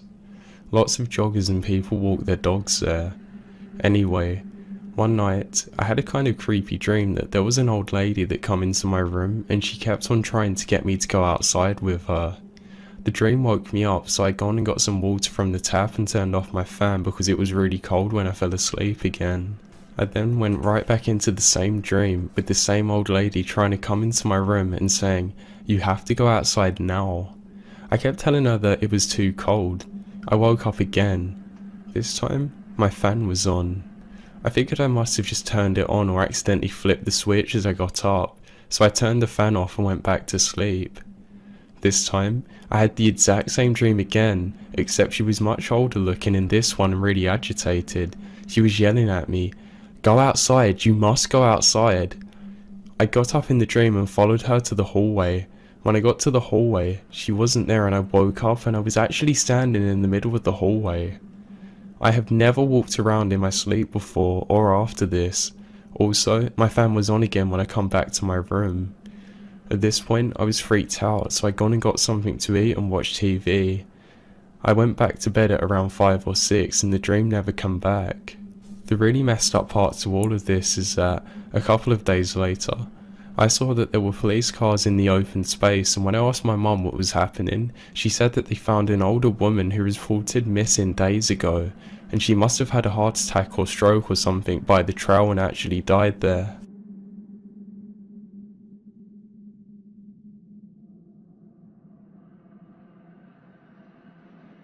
This took place in 2008 in northern Ohio. My cousins invited me out to go on a camping trip to some hidden state park or whatever. I just happily agreed because hey, Ohio has to be the best part of Indiana, right? I then drive over to the houses and we pack our tent and get some food and headed out in his truck for a few hours. After miles of twists and turns in the road, it finally gets really bumpy enough to wake me up, and we're suddenly off the grid like a dirt road track, if that makes sense. We then park off our truck and head into the hills for a couple of miles. We make our base camp at the top of a hill overlooking a valley with thick trees and whatnot on either side of us. Eventually at nightfall, at around 1 AM, we head towards a fire. As we're sat there, I ask what the park's called, and they all just laugh at me. No, this isn't a park, it's native land that we're camping upon, and this is a sacred hill. I thought they were lying, but they name a tribe which sounded like it was pretty legit, and I couldn't really argue against them. A few minutes later, we hear this screamy howl that just kind of drifts across the hills and right towards where we are. We all grew up hunting, and we've been around the country and have had a fair share of animal encounters and howls, and none of us knew what this was. If anything, I would say a screaming fox, but it was too deep for that. Maybe like a wolf would carry, I don't know. We were still laughing at it and to be honest found it really funny, but eventually when it continued and it was obviously getting closer to us, we started to get very uneasy.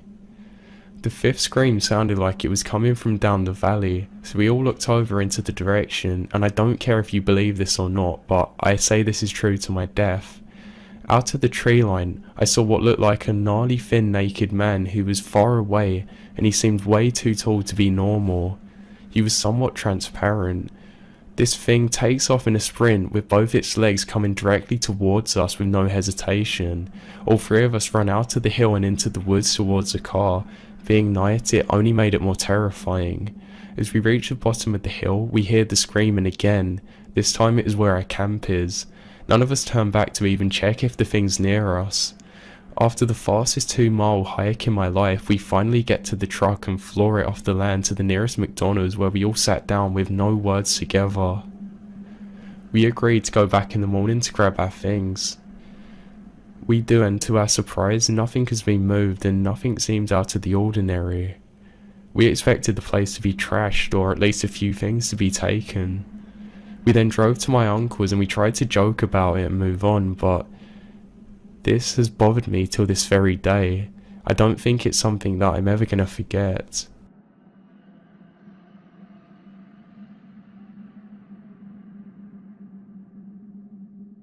I just remembered this today.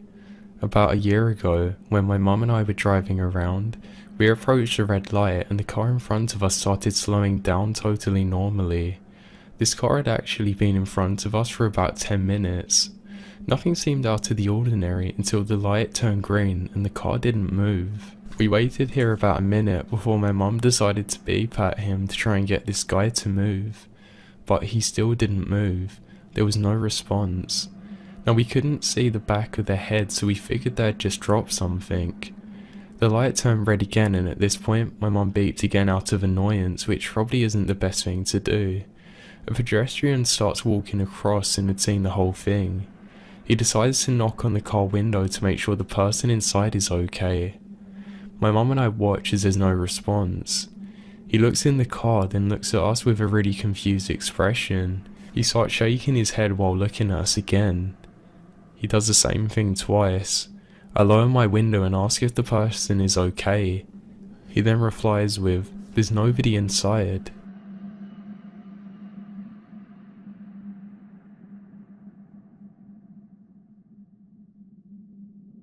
Way back when my mother was only a baby and my uncle was 4 years old, my grandmother invited some friends round while their husbands went out to drink at the pub. They had a nice house in the mountains, so it wasn't often that people ventured up there unless it was their intention to visit. After the men had left, the woman decided to do an Ouija board. My grandmother had already put my mother to sleep, and as the only other person in the house was my uncle who was playing in the kitchen with them, they all put their finger on the playset and asked the generic questions. Is anyone with us, etc. After a few minutes of trying to get it to move, it eventually went to yes. My grandmother was a little uncomfortable with this, but they carried on anyway. They decided to ask how the person had died. The Ouija board spelled out "cannot tell you."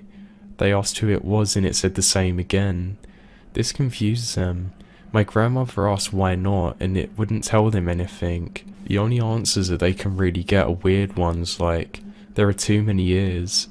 My grandmother tells me that this surprised them and that they weren't sure if they wanted to carry on. That's when the thing began to move again, and it tells them, send the boy out of the room. Now this is my uncle. My grandmother is ashamed that she actually sent him into a different room. The board then starts spelling something else but suddenly stops and spells out, somebody is coming. And they hurriedly said goodbye. It turns out that my grandfather had forgotten his wallet and driven back to the house. My grandmother looks back on this and tells me how that she's glad they were interrupted. She tells me she hates to think what could have possibly happened to my uncle had he have actually been left there alone and the session hadn't stopped.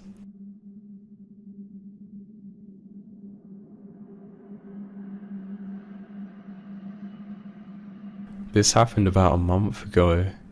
I was in my room when I heard this loud crash coming from the doorway of my home. I went out there to see what was going on, and I could see that an angel sculpture had fallen onto the ground. The thing is that this sculpture's string was placed on a metal hook. The only way for it to be taken down is by somebody pulling on the string and holding it up over the hook.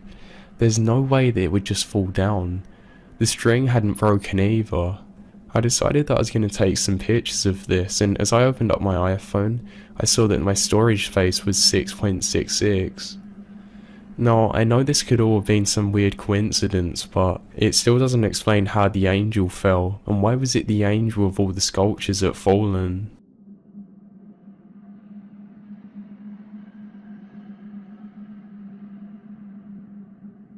About 20 years ago, my great-grandmother passed when I was in my early teens.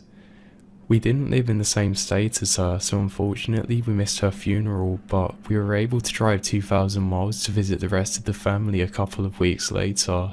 Now I'm from a Catholic family, so it was no surprise that she had the typical religious candles and statues of many saints.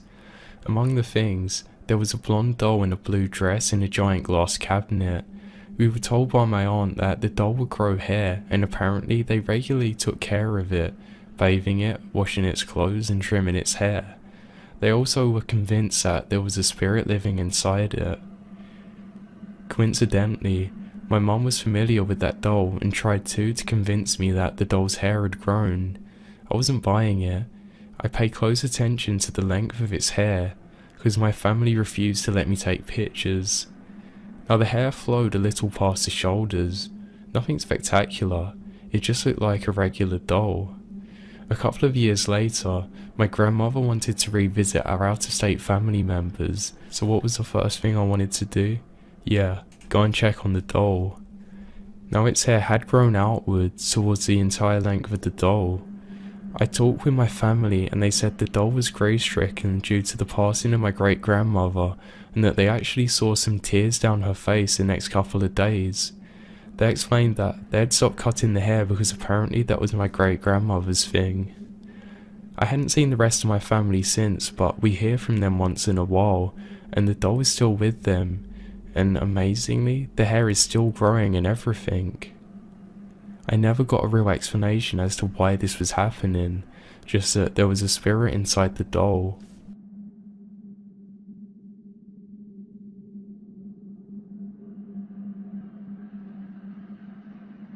I was staying with a friend in a remote house in Scotland. It was midnight and I woke up to go to the toilet, and suddenly it was very, very cold, and I heard somebody complain, "They always make this room so filthy, always. I'm always cleaning this, it's so dirty all the time, I can't stand it." It was freezing cold while I was hearing this, and suddenly, as soon as the talking stopped, it became warm again. The next morning, I told the house owner what happened last night and how it was suddenly very cold, and I couldn't finish my sentence before he said, "Who have you seen?" Now that part where he said who sent shivers down my spine. What do you mean who? He later told me his daughter and son-in-law lived in that very room, and the son-in-law had died in an accident, and he loved to keep the room spotless.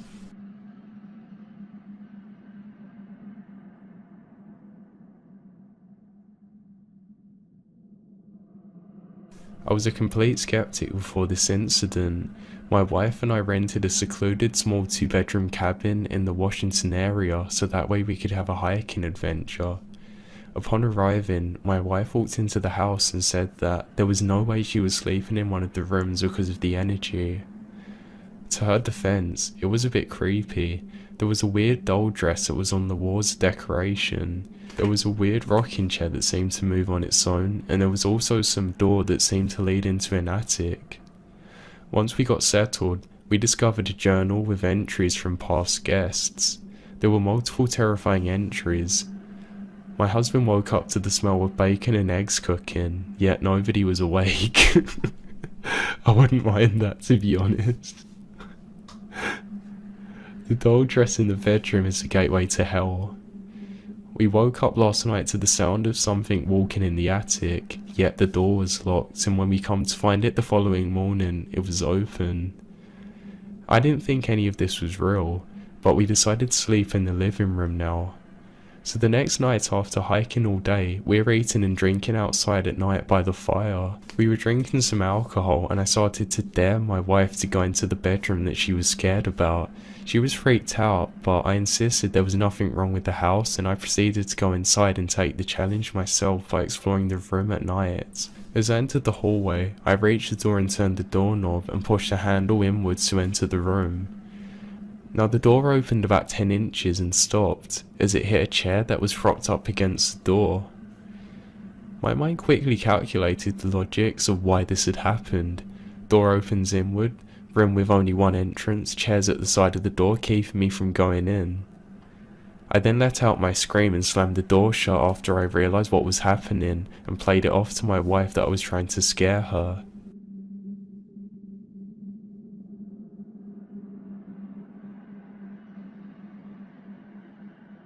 So it's about 5:30 AM.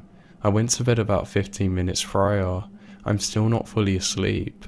I can still hear CNN in the background on my TV. Then, I see a huge black force sprinting towards me from about 10 meters away. Instantly, I screamed so loud and ran out of my room. I was so scared I didn't really have any time to think. Imagine just laying there with your eyes closed, suddenly feeling like somebody's watching you, opening them, and somebody's running at you silently like they're on their tiptoes. Now the thing is, I haven't seen that thing since. I know whatever it was, it just felt really evil. I know that if I'd stayed there any longer, I would have been in great danger. And that's not the worst thing. This happened again.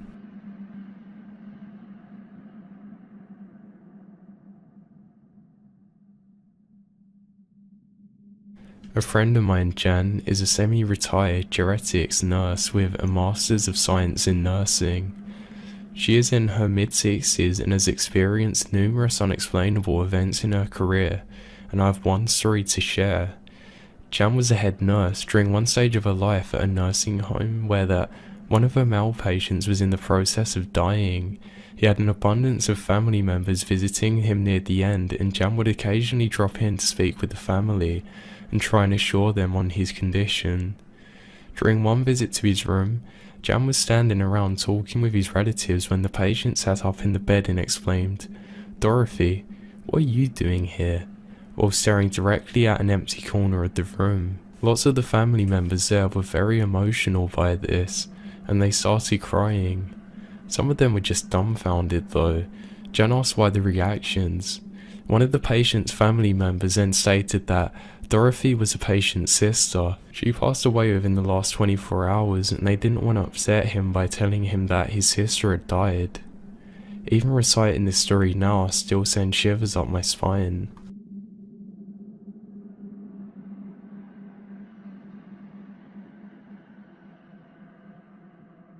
The following took place 5 years ago, when me and some friends got bored one night and decided to go and explore a church. Now this church was supposedly haunted, but that was nothing compared to what was meant to happen in the graveyard. Apparently if you stood there at certain nights you would hear voices that seemed to swirl around you, and you would have the immediate urge to leave. Me and my friends couldn't pass up on how interesting this could be for us, so we all decided to go there one wintry night. If I'm completely honest, I was really skeptical going there.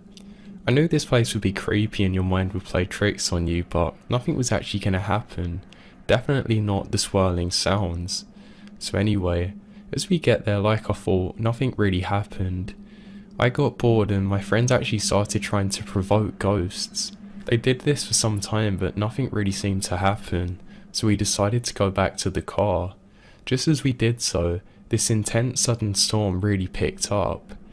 That was a little scary to be honest. I mean the others were laughing about it with me, but I think if we're true to ourselves it did creep us out, because the weather was pretty calm up until then and I didn't see any clouds until that point in the dark night sky. So we all make our way back to the car laughing and joking around about what we had heard. Nothing. Just as we're doing so, we hear this really loud crash sound like somebody smashed a piece of glass. We then turn around and see that all of the statues of angels have suddenly tipped over. I mean literally every single one. There was like 20 statues which we could see. 8 of them were angels and every single one was on its side now.